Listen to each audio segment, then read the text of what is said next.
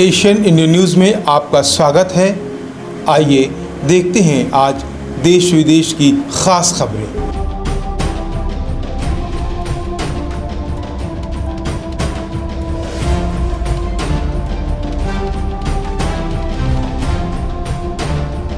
UK की विदेश मंत्री लिज ट्रस को यूनाइटेड किंगडम के अगले प्रधानमंत्री और गवर्निंग कंजर्वेटिव पार्टी के नेता के रूप में चुना गया है। लिज ने अपने प्रतिद्वंदी पूर्व वित्त मंत्री ऋषि सुनक को 6 सप्ताह के लंबे अभियान के बाद हराया। लिज को 81,126 मत और सुनक को 60,399 मत मिले।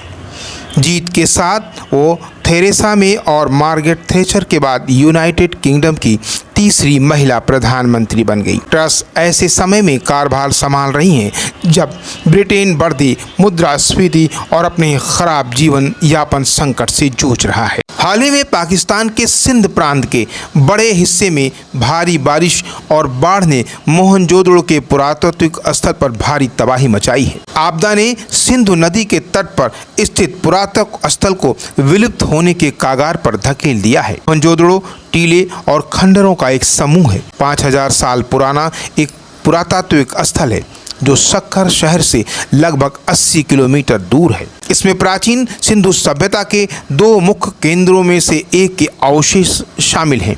दूसरा हड़प्पा है। मोहनजोदड़ो, जिसका अर्थ है मृतकों का टीला, दुनिया के सबसे पुराने शहरों में से एक था। भारतीय सेना प्रमुख जनरल मनोज पांडे को एक समारोह में नेपाल की राष्ट्रपति विद्या देवी भंडारी द्वारा नेपाल सेना के जनरल के मानक पद से सम्मानित किया गया है। ये समारोह नेपाल की राष्ट्रपति के आवास शीतल निवास में हुआ। ये समारोह दोनों सेनाओं के बीच अनूठी परंपरा का हिस्सा था। जनरल पांडे इस महीने की 5 तारीख से 8 तारीख तक नेपाल की 4 दिवसीय आधिकारिक यात्रा पर हैं।